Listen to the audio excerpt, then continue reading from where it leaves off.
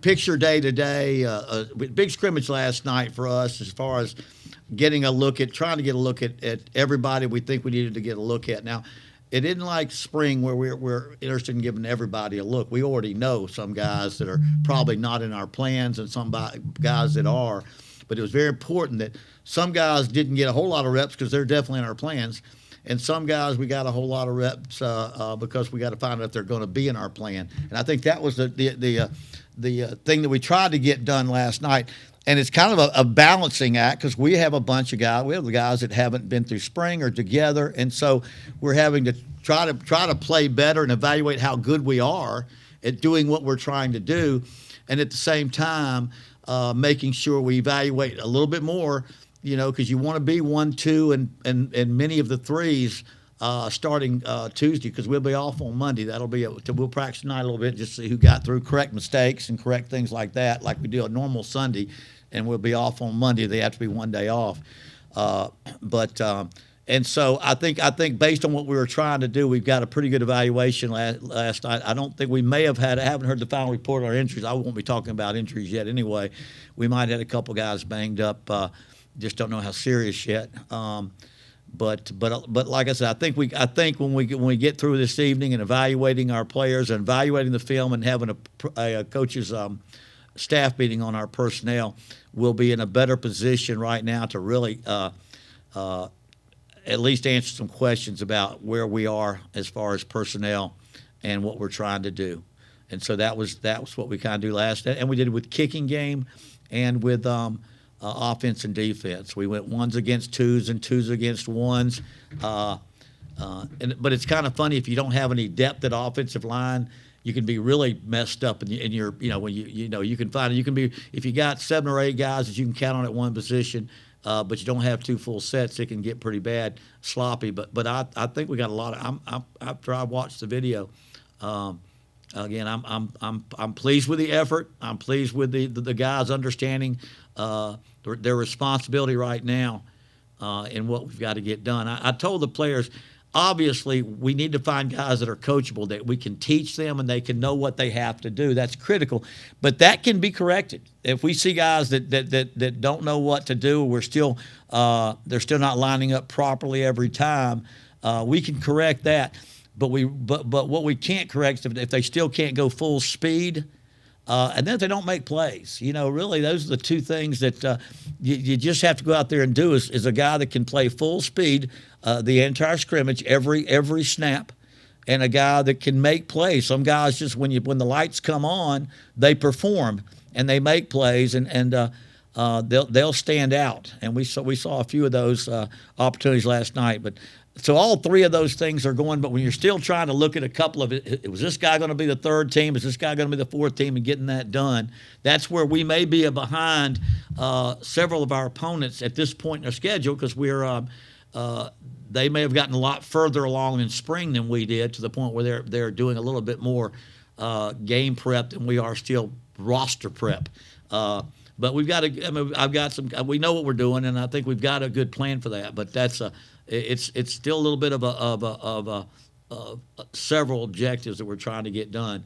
Effort was good, and I didn't hear that we've lost anybody for the season. But you don't have many more. That may be a Wednesday kind of scrimmage one more time, but there won't be much more than that as far as a full go because you're starting into your 2 weeks before the first game, less than 2 weeks now. All right, any questions? So who are some of the guys that have stood out so far? Who are some of the guys that have stood out so far? We've got I'm trying to think what I'm trying to, again, I haven't met with the staff yet on our evaluations of the scrimmage yet. We'll meet this afternoon. I'm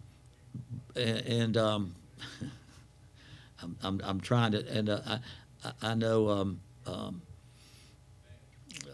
I think Rodriguez at quarterback is definitely runs our offense, and I think we're clearly got a number 1 position there. I think we're still evaluating most positions. The only reason I'm reluctant to say that, I'm reluctant to say who I'm for sure which ones I'm going to say stand out the most. I know Boogie Knight, who transferred in from Akron, is a kind of a he's such a hard worker, and he's such a pace setter when it comes to the work ethic. You just it's hard not to mention Boogie. And of course, you can tell with his parents' age when they nicknamed Jeremiah Knight Boogie that they were about the age of that movie. But he has stood out throughout the entire preseason. It's just someone that sets the standard for everybody else to work at that pace, because it's a different pace, and it done very, very well there. I will say I'm very pleased with the linebacking core. I don't want to say which one more than the other, but I think we've got a chance. The competition alone will create some strength at the linebacker position, and so I'm pleased with that. But as far as our naming our first team or our second team, I'm not quite ready to get down to which ones are there. I thought the defense played very aggressive. I was kind of I was excited. They've had to play to the tempo of the offense, which everybody now is having to do, and they've. I thought they got after it pretty well. Had a couple of turnovers yesterday that we got to get corrected, but and we had a couple of COVID. I don't think I named which one. We had some COVID guys that all of a sudden you lose them for a week or so, and that's still a factor. That you sit there and you hope to goodness that this year those won't be the factors that in the outcome of a game. And I'm not sure you can totally say that this year as far as all teams are concerned, because of the fact that now a vaccinated person can get COVID now, from what I understand, and now you've got to have a plan for that. But I think we're all anticipating having a better handle on it absolutely than we did last year. When can we expect to get a roster for y'all? Oh, I don't know. What time do we play? 11 o'clock on Saturday, 2 weeks from now? It'll be sometime not too far, but right around there. If I'm allowed to do that, I really don't have any reason to do any more than one. We're going to be evaluating up until the last minute, and I'm not really going to want to publicize that any sooner than I have to. On the roster, just because there are there's some unknowns there, and I think that's one of those things that you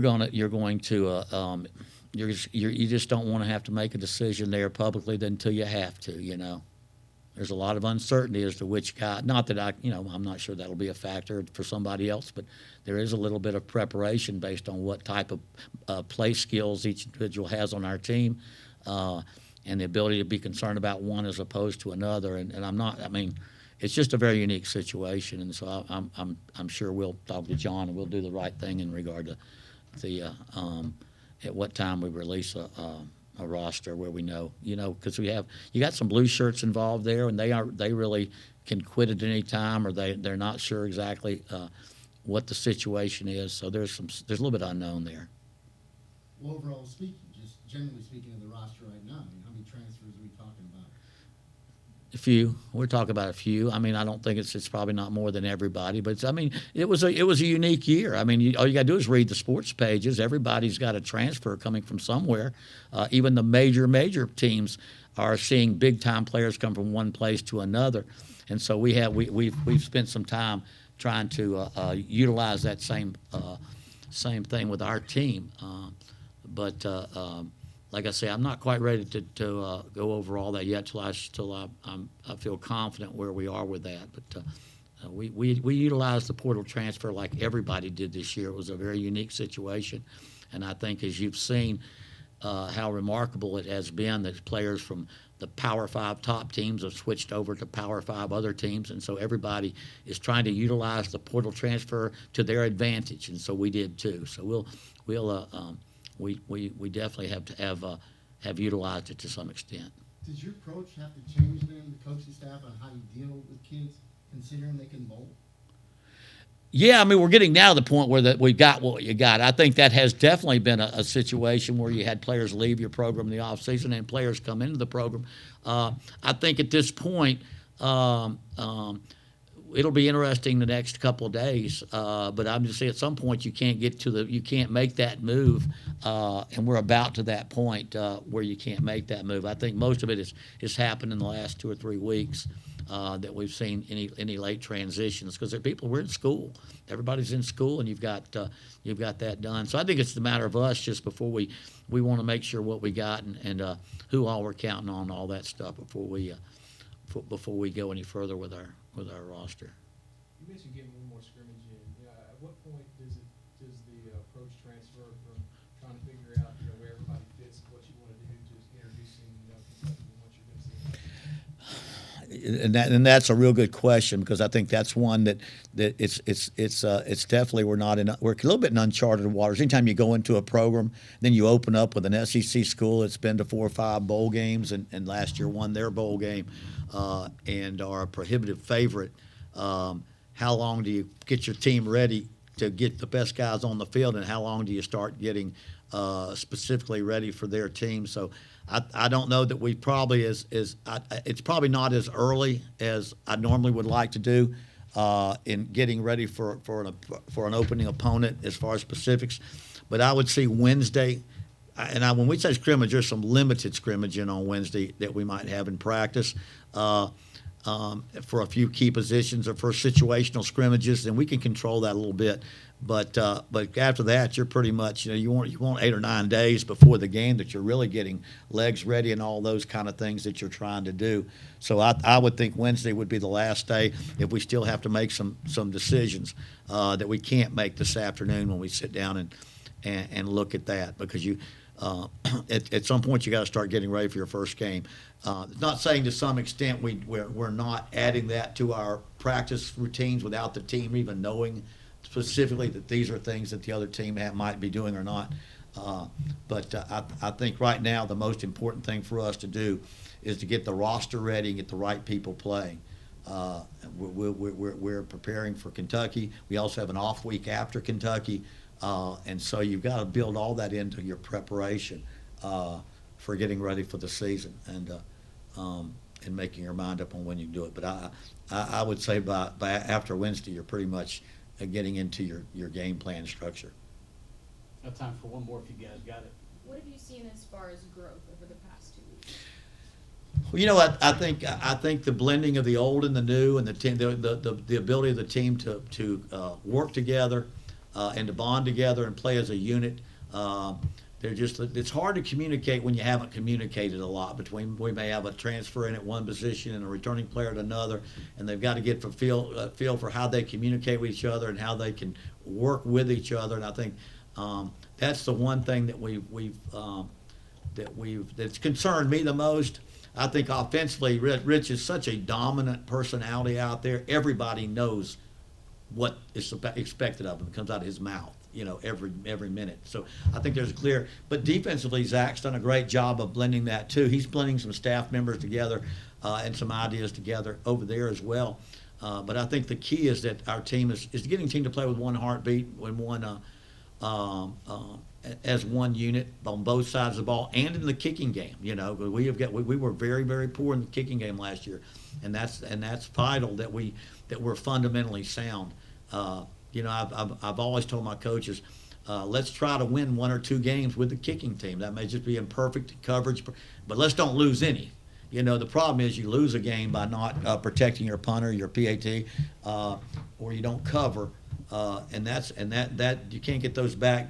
But maybe if you do a great job of being ready, you can pull a game or 2 out with the kicking game at your advantage. So we've worked very, very hard on that, because we lost opportunities last year, and I have been around enough to know that especially when you're going into a program, you got to pay a lot of attention to your kicking game, because there's no carryover from the people that we had last year really to the people we have this year. Not just in the athletes that are doing it, but the philosophy that we have in coaching it. So it's been a big part of our preparation, is the kicking game as well as the offense and defense.